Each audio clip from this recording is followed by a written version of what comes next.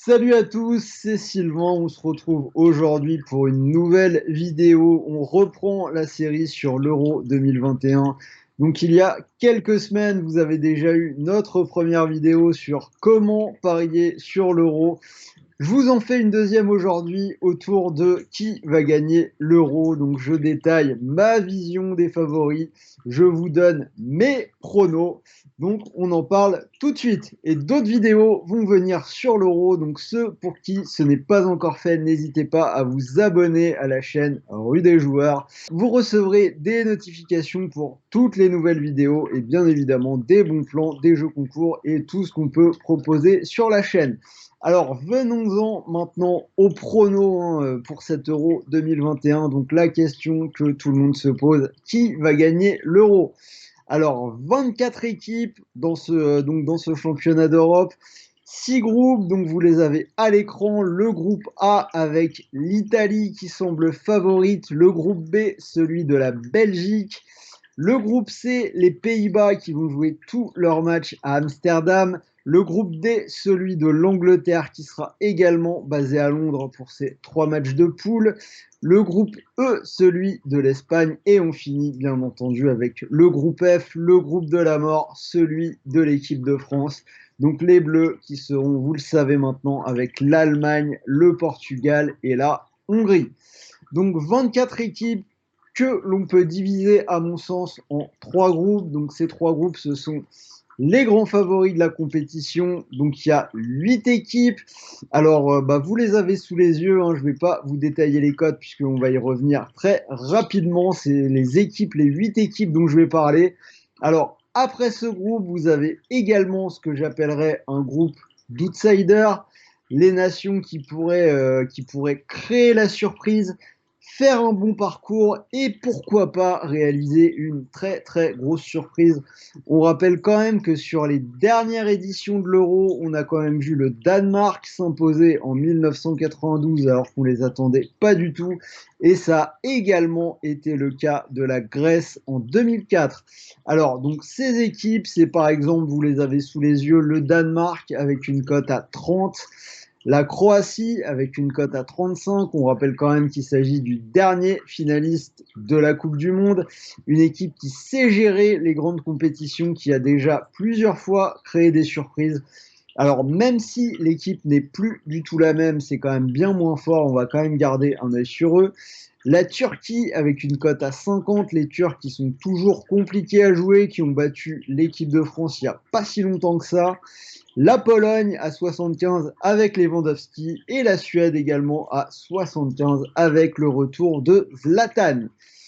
Alors, ça, c'était les outsiders. On passe au dernier groupe d'équipes. Donc ça, ce sera vraiment les équipes improbables, celles dont on n'attend pas grand-chose. Donc les codes vraiment énormes hein, pour les amateurs vraiment de Paris, c'est le cas de le dire. Donc on a la Macédoine avec une cote à 500, la Hongrie cote à 300, hein, quasiment condamnée par les books dans le groupe de la mort avec l'équipe de France, la Finlande à 300 et nous avons également l'Écosse ou la Slovaquie avec des cotes de 250. Mais alors, sur cette vidéo, hein, on va quand même faire plutôt un focus sur les favoris, je vous l'ai dit. Donc, ce groupe de 8 équipes, on va les prendre une par une dans l'ordre des codes fixés par le bookmaker. Et on va commencer par l'Angleterre, puisque a priori, l'Angleterre est la grande favorite des bookmakers pour le moment, hein, à un mois du début du tournoi. L'Angleterre a effectivement la plus petite cote avec une cote de 6. Alors pour chaque équipe, je vais essayer de vous détailler les points forts et les points faibles. Alors pour l'Angleterre, on commence par les points forts. Le premier point fort, c'est qu'ils sont dans le groupe D, un groupe qui semble quand même relativement abordable avec la Croatie, l'Écosse et la République tchèque.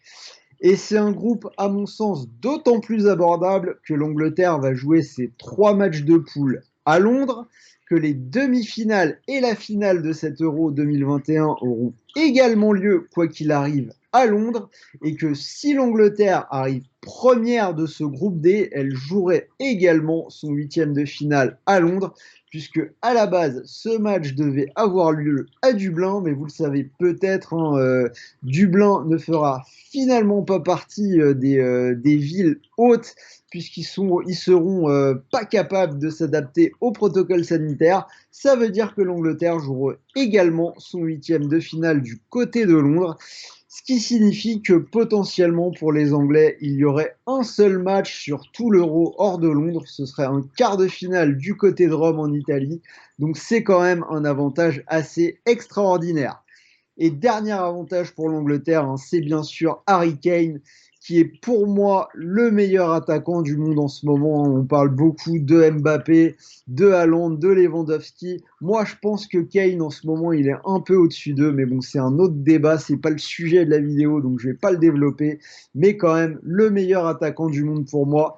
21 buts actuellement, meilleur buteur de Première Ligue. Donc voilà pour les points forts de cette équipe d'Angleterre. On va passer maintenant au point faible. Alors, le point faible, c'est pour commencer, tout simplement, que l'Angleterre n'a jamais trop brillé à l'Euro, et j'ai même envie de dire que plus globalement, les Anglais n'ont jamais vraiment brillé dans les grandes compétitions, à part une Coupe du Monde remportée à la maison en 1966. On n'a quand même pas grand-chose de plus à se mettre sous la dent. Si on regarde également la forme du moment, ils ont quand même eu quelques difficultés. Dans les gros matchs, ils ont perdu contre la Belgique. Ils ont également eu du mal contre le Danemark. C'est une équipe pour laquelle on n'a pas encore vraiment de grosses certitudes au niveau du système de jeu. Il y a même certains doutes au niveau du groupe anglais. On a Grealish qui est blessé sur cette fin de saison, alors qu'on a vu clairement que c'était un joueur qui était capable de faire les différences. On l'a vu lors du dernier rassemblement, on a beaucoup parlé de lui, qui pouvait faire beaucoup de bien à cette équipe d'Angleterre. Donc, on ne sait pas trop dans quel état ils seront. Et j'ai même envie de dire que plus globalement, hein, les Anglais de la Première Ligue, hein, ils ont un championnat interminable, des équipes, donc on a déjà 3 équipes qui sont concernées par les finales de Coupe d'Europe. En Première Ligue, on a vu beaucoup de blessures, c'est le championnat le plus intense du monde. Donc j'ai envie de dire qu'on sait au final pas trop dans quel état physique vont se présenter les Anglais. Alors, dernier point faible, c'est que donc certes, ils vont jouer leurs 3 matchs de poule du côté de Londres. Par contre, ils risquent d'avoir un huitième de finale assez difficile. Ce sera contre le deuxième du groupe F, c'est-à-dire le groupe de la France, de l'Allemagne et du Portugal. Donc dès les huitièmes de finale, les Anglais qui risquent d'avoir un match très compliqué. Donc on n'a pas trop de visibilité sur le parcours à ce stade. Et il me semble qu'on a quand même des équipes qui ont une route plus dégagée vers le titre à l'Euro. Donc pour ma part, je préfère les écarter. Donc passons maintenant à la deuxième équipe. Donc deuxième favorite pour le bookmaker, c'est bien évidemment l'équipe de France, hein, les Bleus qui sont cotés à 6. Donc on commence là aussi par les points forts de l'équipe de France. Donc le premier point fort, il est assez évident, c'est qu'on a un groupe champion du monde qui va repartir sur cette compétition avec l'ossature du mondial. On la connaît, hein, la colonne vertébrale de Didier Deschamps, Lloris, Varane, Pogba, Kanté, Griezmann. Donc toutes les stars qui sont devenues championnes du monde seront bien évidemment là pour tenter d'amener l'équipe de France vers un nouveau titre. Ensuite, donc actuellement, pas de blessés majeurs dans cette équipe de France. Tout le monde est là, donc on croise les doigts, on espère que ça va durer encore un mois jusqu'au début du tournoi. Et alors, si on passe maintenant au jeu, hein, si on regarde les matchs de l'équipe, on a une défense qui est quand même très très bien en place. Alors, les gens qui critiquent Didier Deschamps disent souvent que dans l'animation offensive, c'est pas toujours hyper enthousiasmant. Mais il y a quelque chose qu'on ne peut pas lui retirer, c'est que nous avons une défense qui est vraiment en place, qui prend assez peu de buts. Et c'est souvent ce qui fait gagner ce genre de tournoi. C'est pas le cas de toutes les nations en ce moment qui ont parfois quelques problèmes avec la défense. On en reparlera tout à l'heure, je pense notamment aux Allemands. Alors, cette équipe de France, c'est seulement 3 défaites depuis la Coupe du Monde. Ces 3 matchs perdus, c'était contre les Pays-Bas en Ligue des Nations, contre la Turquie en éliminatoire, on s'en souvient, et plus récemment contre la Finlande en match amical. Mais tout de suite après, il s'était repris en allant chercher une victoire au Portugal. Vous vous en rappelez peut-être, on en avait parlé, le match le plus important depuis la Coupe du Monde. Eh bien, ils avaient été le gagner au Portugal. Et enfin, le dernier point fort, hein, on ne peut pas l'occulter, c'est Didier Deschamps, un sélectionneur qui a quand même la science de la gagne. Il a su développer et tirer le meilleur de cette équipe de France avec son football un peu minimaliste, c'est-à-dire une équipe qui est portée sur une défense de fer et la vitesse de Mbappé, et ça peut largement suffire pour faire des ravages en tournoi. On l'a vu en 2018. Alors, ensuite, maintenant, regardons un petit peu les points faibles. Alors, il n'y en a pas énormément. Le plus gros point faible, il est plutôt exogène, hein. C'est le tirage au sort. C'est les Bleus qui sont tombés dans le groupe de la mort, malheureusement pour eux, avec le Portugal et l'Allemagne. Mais cela dit, cette équipe de France aime les gros matchs, hein. On se rend compte quand même assez souvent qu'il y a deux équipes de France. L'équipe de France qui joue contre les petites nations et l'équipe de France des gros matchs, et on sait qu'ils savent se transcender. Donc dans le fond, ils peuvent tout à fait très bien s'en sortir dans ce groupe. Alors, le deuxième problème, ce sera sans doute au niveau du groupe, des états de forme individuels un petit peu disparates. On sait par exemple que Kylian Mbappé a beaucoup tiré sur la corde avec le PSG. D'ailleurs, typiquement, il est encore un peu blessé en ce moment.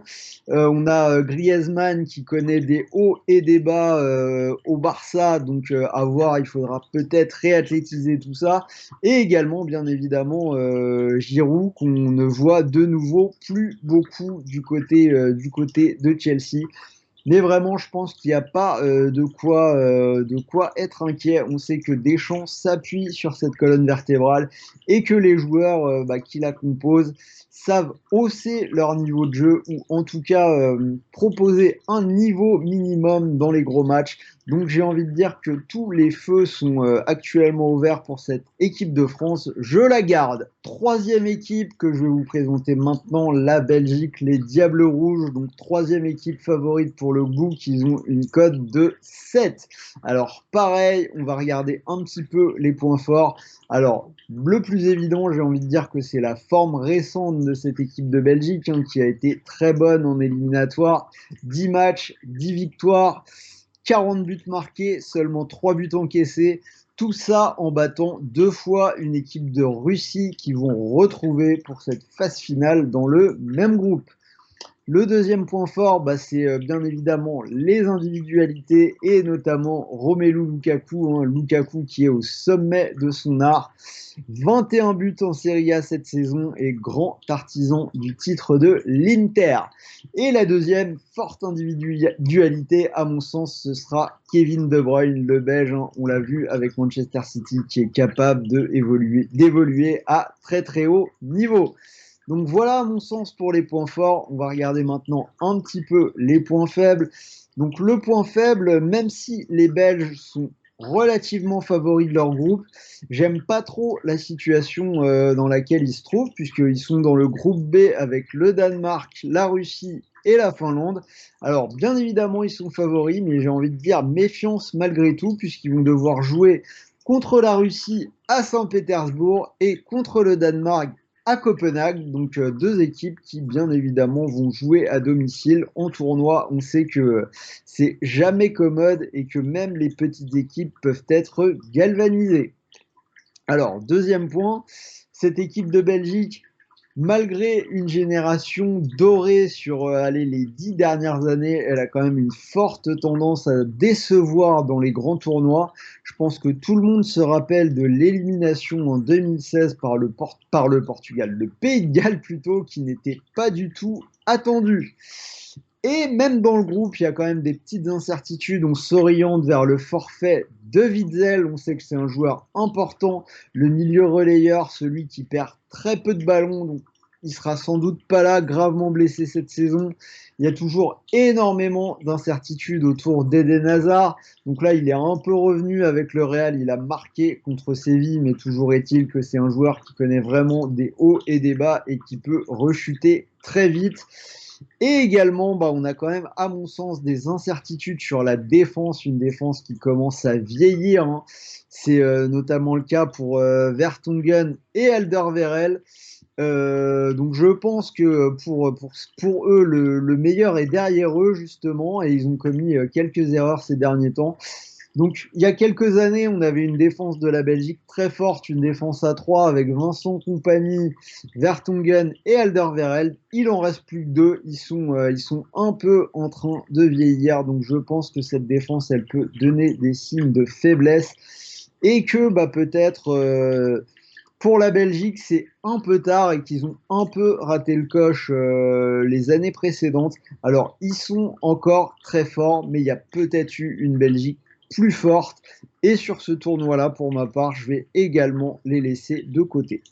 Alors, passons maintenant à l'Allemagne qui a une cote de 9. Alors, la grande force des Allemands dans ce genre de tournoi, c'est bien évidemment l'historique, hein. L'Allemagne, une équipe qui a beaucoup gagné, une nation qui brille à l'Euro. Ils sont premiers dans les palmarès. C'est 3 victoires en tout et 6 finales. Alors, c'est une équipe qui est un peu moins présente dans les grandes compétitions dernièrement, mais c'est quelque chose qu'il ne faut pas occulter. Les Allemands savent gagner. Alors ensuite, il y a un autre point fort, quelque chose qui peut vraiment sauver les Allemands en cas de coup dur, c'est que plus ou moins toute l'équipe est structurée autour de la colonne vertébrale de joueurs du Bayern de Munich qui jouent ensemble toute l'année, qui se connaissent très bien et qui ont l'habitude de gagner ensemble. Donc rien que dans le 11, vous avez Kimmich, vous avez Goretzka, vous avez régulièrement Gnabry, Leroy Sané, Soule, donc ça fait déjà quasiment la moitié de l'équipe qui joue ensemble toute l'année sous les couleurs du Bayern.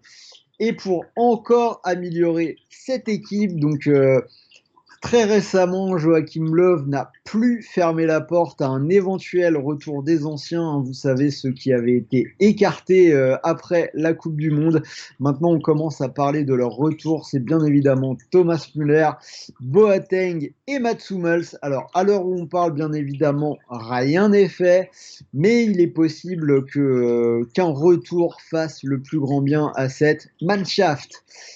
Alors, maintenant, passons au point faible. Alors, l'Allemagne qui s'est bien évidemment qualifiée, mais c'est une équipe qui prend beaucoup de buts en ce moment.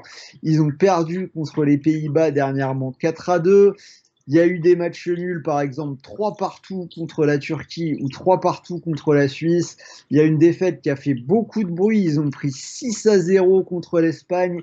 Et même lors du dernier match joué, hein, ils ont perdu contre la Macédoine. Donc en éliminatoire de la Coupe du Monde, ça la fout quand même un petit peu mal pour les Allemands d'être battus par la Macédoine. Donc on y revient, hein, c'est également dans les points faibles. Il y a toujours cette mise à l'écart de Müller, Boateng et Hummels qui pose question. Surtout quand on voit, bah, j'en ai parlé, cette défense, cette charnière centrale bah, autour de Rudiger, bah, qui fait une bonne fin de saison depuis que Tourelle est revenu à Chelsea, mais qui avait un peu de mal en première partie de saison. Emre Can qui est repositionné à ce poste-là. Jonathan Tah. Enfin, en tout cas, à mon sens, je trouve qu'aujourd'hui, la défense de l'Allemagne est un petit peu juste et ça ne donne pas satisfaction. Alors, ensuite, autre point compliqué, c'est le calendrier. Ils vont jouer en premier l'équipe de France et le deuxième match, ce sera contre le Portugal. Donc, ils pourraient très bien être en difficulté dans ces deux matchs et se retrouver après deux matchs avec 0 point et plus de motivation. Donc j'ai envie de dire que cette équipe allemande, elle est quand même, il faut s'en méfier, elle reste capable de tout. Il faut pas les enterrer trop vite, mais un peu dur à jouer car quoi qu'il arrive, il n'y aura pas vraiment de surprise. Si c'est une équipe qui va loin dans la compétition, ce sera pas vraiment une surprise. Et si on a un échec en phase de poule éliminé et derrière la France et le Portugal, ce sera pas vraiment une surprise non plus. Donc vous l'avez compris, j'ai plutôt envie de les écarter dans mes paris pour le moment. Poursuivons maintenant avec les Espagnols, donc la Rora qui a une cote de 9. et quelques points positifs également à son actif. Donc, comme d'autres équipes, les Espagnols qui vont jouer toute la phase de poule à domicile, ce sera du côté de Séville. Donc, quand même un bel avantage de jouer à Séville les 3 matchs de poule. Ils ont également un groupe qui, à mon sens, reste relativement accessible. Alors, il y a quand même la Pologne, la Suède et la Slovaquie, mais normalement l'Espagne est favorite de ce groupe et si tout se passe bien, elle devrait arriver en tête. Et si elle est première de sa poule, elle jouerait son 8e de finale contre une équipe qui va arriver 3e, ce qui signifie quand même que pour les Espagnols, on a une première partie de tournoi qui serait assez dégagée sur le papier. Alors, également, si on regarde l'état de forme récent de cette équipe d'Espagne, on a une équipe qui est arrivée invaincue en tête de son groupe en éliminatoire, 8 victoires et 2 nuls. Elle était déjà avec la Suède dans les éliminatoires et dans les affrontements directs, ça a donné une victoire pour l'Espagne et un match nul. Et enfin, dernier point fort, hein, j'en ai parlé il n'y a même pas 30 secondes, hein, l'équipe d'Espagne qui a été chercher une victoire référence contre l'Allemagne 6-0. 6-0 qui a fait pas mal de bruit et qui devrait leur donner un maximum de confiance. Alors, venons maintenant au point un peu plus négatif. Donc, le point négatif, c'est avant tout qu'on a, je pense, une équipe en reconstruction. Je pense pas que cet Euro soit leur objectif prioritaire. Je pense qu'ils visent les tournois après, pourquoi pas la Coupe du Monde 2022. Mais là, si vous regardez les derniers rassemblements, on a quand même beaucoup de jeunes, beaucoup de nouvelles têtes. Donc, quand je dis ça, je pense par exemple à Dani Olmo, à Ferran Torres, à Pedri, à Ansu Fati qui en plus sera sans doute absent de cet Euro après sa grave blessure au genou. Les dernières nouvelles sont pas très bonnes. Donc beaucoup de nouvelles têtes et au final, quand on repense à l'ancienne équipe d'Espagne, hein, celle des années 2010, celle qui a terrorisé le monde du football, de cette génération dorée qui avait enchaîné les victoires, au final, il ne reste plus grand monde, il ne reste plus que Sergio Ramos et Busquets, qui d'ailleurs Busquets qui ne devait pas être dans l'équipe de 2008, mais donc du coup, toute cette génération qui a tout gagné n'est quasiment plus là. Et je pense au final que cette équipe d'Espagne risque d'être un peu tendre sur la durée et quand l'intensité de la compétition va monter à partir des quarts de finale, j'ai peur pour eux qu'ils se fassent surprendre. Donc je ne vais pas les retenir non plus. Passons maintenant au Portugal. Donc cette équipe cotée à 10. Alors on va vraiment beaucoup s'en méfier. Une équipe qui a beaucoup de choses pour elle. Et pour commencer, c'est tout simplement une équipe qui s'est gagnée des grands tournois. Ils l'ont prouvé en 2016. Hein, cette équipe du Portugal, ce sont les tenants du titre, les champions en titre de l'Euro. Et depuis 2016, je pense qu'ils ont encore progressé. Moi, je trouve que l'équipe, elle est meilleure qu'en 2016. Une équipe qui s'est développée autour de certaines individualités qui ont su prendre du galon. Donc, auparavant, on avait quand même une équipe qui était pas mal dépendante de Cristiano Ronaldo. Donc là, bien évidemment, la star est toujours là, mais on a également autour de lui des joueurs comme Bruno Fernandes, qui est devenu le maître à jouer de l'équipe de Manchester United. On peut également penser à Diogo Jota, qui a montré beaucoup de bonnes choses dernièrement, qui a été décisif dans ses entrées, que ce soit avec le Portugal ou avec Liverpool. Et également Ruben Dias, qui a beaucoup consolidé cette défense du Portugal, qui est un grand artisan de la solidité défensive de Manchester City. Donc cette équipe du Portugal, elle est vraiment en progrès et je me méfierais beaucoup, beaucoup d'elle. Alors, on va regarder maintenant les points négatifs, il n'y en a pas tellement. Donc le premier, c'est tout simplement que, comme l'équipe de France, c'est le tirage au sort. Hein. Ils sont dans le groupe de la mort. Ils sont avec la France et l'Allemagne, donc on ne sait pas trop ce qui peut se passer. Il suffit de mal commencer son tournoi. Et donc, il pourrait très rapidement se retrouver à courir derrière les autres grandes nations avec des difficultés. Donc également, donc j'ai regardé un petit peu, ils ont un tableau assez compliqué dans le tournoi, hein. Tout dépend à quelle position ils pourraient sortir du groupe. Imaginons donc, comme moi je l'imagine, que l'équipe du Portugal finisse deuxième du groupe de la mort. Ils se retrouveraient dans un huitième de finale dont on a parlé tout à l'heure contre l'Angleterre du côté de Londres. Ce sera pas si facile que ça. Donc tableau assez dur dès le début de tournoi, je trouve, pour le Portugal. Et le dernier point faible, eh ben, on va y revenir, hein, c'est la victoire référence de l'équipe de France il y a quelques mois, quand l'équipe de France est venue gagner 1-0 contre le Portugal. Ils peuvent sans doute le refaire, donc ils vont avoir un petit désavantage psychologique face aux Bleus déjà, et peut-être face aux autres grandes nations. Donc voilà un petit peu pour le Portugal. Donc comme je l'ai dit, je vais vraiment énormément m'en méfier. Donc pour mes pronos, j'ai retenu deux équipes. J'ai pas retenu le Portugal, mais très honnêtement, je les mets en troisième dans mon classement. Et s'ils n'avaient pas été dans le même groupe que l'équipe de France, je pense que je les aurais retenus en deuxième. J'aurais pris la France et le Portugal. C'est vraiment le tirage au sort qui fait que je m'en suis éloigné pour privilégier une autre équipe. Mais en tout cas, grosse méfiance vis-à-vis de cette équipe pour ma part. Parlons maintenant un petit peu des Italiens. Donc la Squadra Azzurra, une équipe cotée à 12 et une équipe qui, à mon sens, va valoir le coup d'être suivie pendant 7 euros. Alors, premier point, les Italiens qui semblent avoir un groupe largement à leur portée, donc ils sont avec la Turquie, le Pays de Galles et la Suisse, et surtout des Italiens qui vont jouer à domicile, puisque tous les matchs de poule vont avoir lieu du côté de Rome. Donc encore un bel avantage. Deuxième chose, s'ils arrivent en tête de leur groupe, comme c'est largement possible, ils auront un huitième de finale à Londres contre le deuxième du groupe C. Donc on va rappeler, le groupe C, c'est les Pays-Bas, l'Ukraine, l'Autriche et la Macédoine. Donc si la logique est respectée et que les Pays-Bas remportent également leur groupe, on a l'Italie qui devrait avoir quand même un huitième de finale sur le papier assez facile et donc un tableau assez bien dégagé, au moins jusqu'au quart de finale où ils pourraient retrouver la Belgique. Et cette équipe de Belgique, ils ont déjà prouvé qu'ils étaient capables de les battre. Alors, deuxième point, donc on a l'Italie qui, vous le savez, était absente lors de la Coupe du Monde 2018, mais qui va maintenant beaucoup mieux.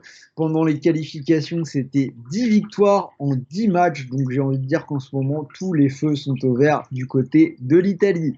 Niveau du groupe, on a une défense quand même plutôt performante qui a toujours été une marque de fabrique italienne, mais également une attaque qui tourne très bien avec des joueurs comme Ciro Immobile qui a brillé avec la Lazio, Insigne du Napoli, Chiesa de la Juve, Belotti sur lequel on peut toujours compter, donc mine de rien vraiment une belle équipe d'Italie. Alors, quelques points négatifs malgré tout. Donc les points négatifs, moi j'ai envie de dire que c'est un petit peu dans une moindre mesure comme l'équipe d'Espagne, c'est-à-dire un groupe qui est peut-être encore un petit peu en devenir, en reconstruction, et qui sera peut-être un peu tendre quand la compétition va se corser. Mais pour moi, je vois quand même pas mal de signes hyper positifs du côté des Italiens. Donc je vais les retenir pour mes paris. Je conserve l'Italie. Et donc nous allons maintenant finir avec les Pays-Bas, huitième et dernière équipe du groupe des favoris, donc côté à 13. Alors pour moi, j'ai mis les Pays-Bas dans ce groupe, mais je pense que ce sera plus un gros outsider qu'un favori à mon sens. Alors, ils ont quand même quelques cartes quelques atouts dans leur jeu. Donc, le premier, c'est à mon sens un groupe assez facile, hein. Je viens d'en parler au sujet des Italiens. Donc, ils sont avec l'Autriche, l'Ukraine et la Macédoine, donc a priori quand même des nations relativement faibles. Ils jouent leurs 3 matchs de poule dans l'Arena d'Amsterdam. Et s'ils finissent premiers de leur groupe, comme c'est probable, ils auront un huitième de finale contre un troisième de poule. Donc eux aussi, Même si les Pays-Bas, c'est pas l'assurance touriste, ils ont quand même un tableau super dégagé jusqu'au quart de finale, peut-être le tableau le plus facile parmi les favoris. Je pense que c'est pour ça que les books les ont intégrés à ce petit groupe. Alors, il y a quand même des points négatifs hein, du côté des Pays-Bas.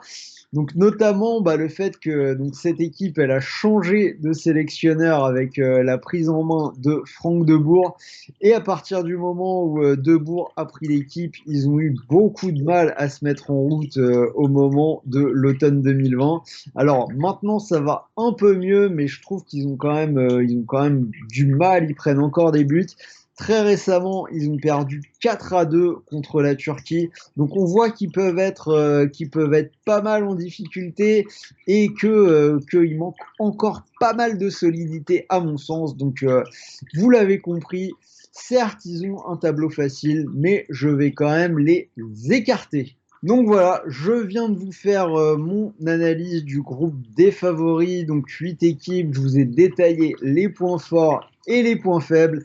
Et alors, à mon sens, à partir de là, j'ai choisi de sélectionner deux équipes. Donc si vous m'avez suivi, c'est l'équipe de France, les Bleus, côté à 6. Donc je l'ai dit, on va être un petit peu chauvin, je vais les retenir, ils sont favoris. Donc c'est-à-dire que si vous jouez sur l'équipe de France côté à 6 avec un bonus d'inscription sur Winamax, donc de 100 € actuellement, mais qui pourrait sans doute bouger et augmenter d'ici le début de l'euro.